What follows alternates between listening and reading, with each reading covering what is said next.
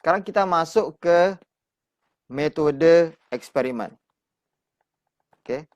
Metode yang pertama tadi kan metode survei.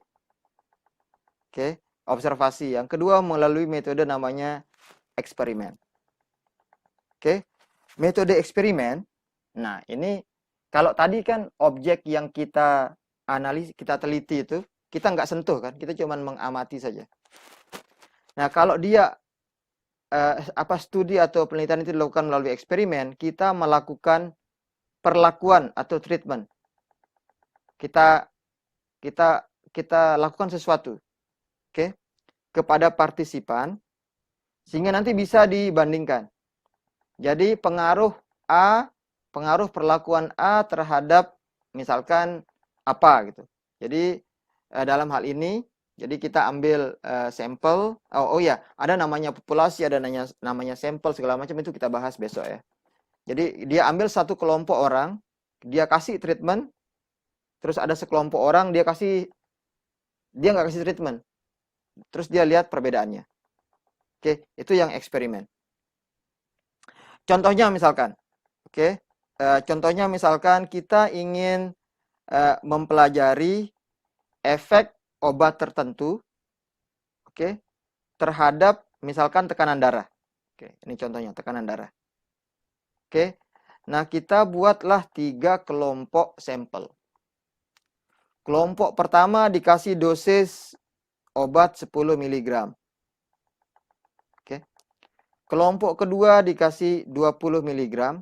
Tapi orang ini nggak tahu berapa yang dia minum. Dia minum 10 gram, dia minum 20 gram, dia nggak tahu dia. Oke. Dan kelompok terakhir dibuat sebagai kontrol, dia dikasih placebo. Placebo itu obat palsu. Obat itu cuma isinya gula sama apa, gula aja mungkin, atau tepung atau apa gitu.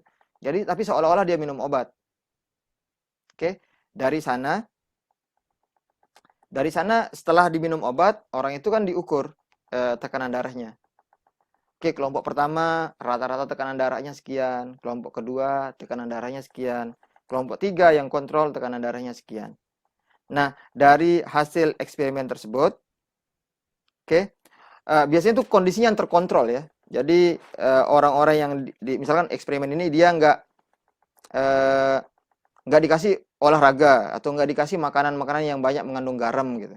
Jadi kondisinya terkontrol sehingga faktor-faktor lain yang memungkinkan, yang mempengaruhi parameter yang ingin diuji itu tidak ada.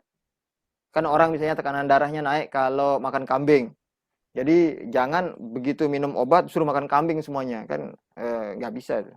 Tekanan darahnya jadi naik nanti kalau makan kambing. Jadi dia jadi namanya bias namanya itu. Jadi bias itu namanya tuh data yang tidak akurat, namanya bias karena dipengaruhi oleh faktor-faktor lain di luar faktor yang kita uji. Tadi kan survei ada kesulitannya. Kesulitannya misalnya respondennya kurang. Terus kesulitan lain tadi itu misalkan pertanyaannya susah dipahami. Studi dengan eksperimen juga punya banyak permasalahan. Satu ini bias pertama adalah dari yang melakukan eksperimen, peneliti. Oke. Nah, peneliti itu kan tahu mana yang dikasih obat 10 gram, mana yang dikasih 20 gram, mana yang dikasih placebo. Nah, terus supaya obatnya itu kelihatan tidak mempengaruhi tekanan darah, dia pilih orang-orang yang menurut dia tekanan darahnya normal. Dia dimasukkan atau yang orang-orang yang sehat, kelihatan secara fisik sehat, dia masukkan ke kelompok yang 20 gram, yang minum banyak obat. Sedemikian sehingga nanti hasilnya itu minum 10 gram, minum 10 mg, minum 20 mg, atau minum cuman placebo, itu hasilnya tekanan darahnya sama saja. Nah, ini artinya penelitinya itu sudah bias.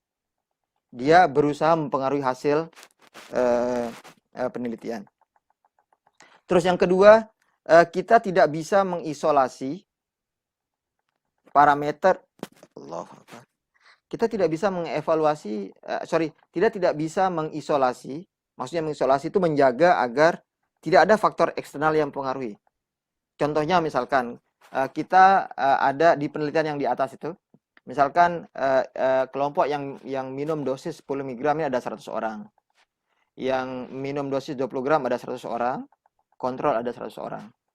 Nah, 100 orang ini kan nggak mungkin dikarantina di satu tempat kan. Oke, tiba-tiba yang dari kelompok yang placebo ini dia pulang, dia kelahi sama istrinya. Naik tekanan darahnya kan. Nah, itu kan faktor-faktor eksternal yang mempengaruhi tekanan darahnya jadi naik. Pas diukur, wah naik, dia lagi stres. Nah, itu ada faktor eksternal. Nah, kadang orang dia lupa bikin kontrol. Contohnya gini, seorang mahasiswa pendidikan kimia, dia membuat penelitian tentang pengaruh modul pembelajaran X terhadap kemampuan kimia siswa SMA Y. Dia ajar semua siswanya, semua kelas. Dia lupa kalau dia perlu kontrol. Jadi harus ada orang yang tidak di treatment, supaya yang tidak menerima perlakuan, supaya dia ada perbandingan. Tapi dia lupa kontrol. Atau pas dia mau bikin kontrol, dimarahi sama kepala sekolahnya. Gimana sih kamu ini, katanya, kenapa kelas A, kelas 3A, B, C, D kamu ajar, tapi kelas 3E kamu nggak ajar. Wah, ini nggak adil, katanya. Nah, di sana jadi dia nggak ada kontrolnya. Nah, kalau kita desain eksperimen secara bagus, ini perbedaan yang mendasar ya. Oke, ini perbedaan yang paling mendasar dengan survei. Kalau survei tadi itu kan kesimpulannya dia sifatnya korelasi. Kalau kita punya studi yang didesain dengan cara eksperimen, kesimpulannya itu merupakan sebab akibat. Contohnya, obat A dengan dosis 10-20 gram menyebabkan misalkan kenaikan tekanan darah. Jadi, jika seseorang minum obat A dengan dosis 10-20 gram, tekanan darahnya naik. Jika maka, itu namanya sebab akibat.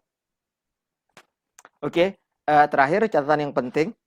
Jadi apapun jenis studinya ya, mau survei atau mau observasi, mau eksperimen. Jadi harus didesain sehingga pertanyaan awal, research questions, jadi hal yang ditanya itu terjawab dengan kredibel, terpercaya. Jangan sampai kita manipulasi aja. Kalau manipulasi datanya, ngapain melakukan analisis statistik? Karang-karang aja lah semua ceritanya gitu. Oke.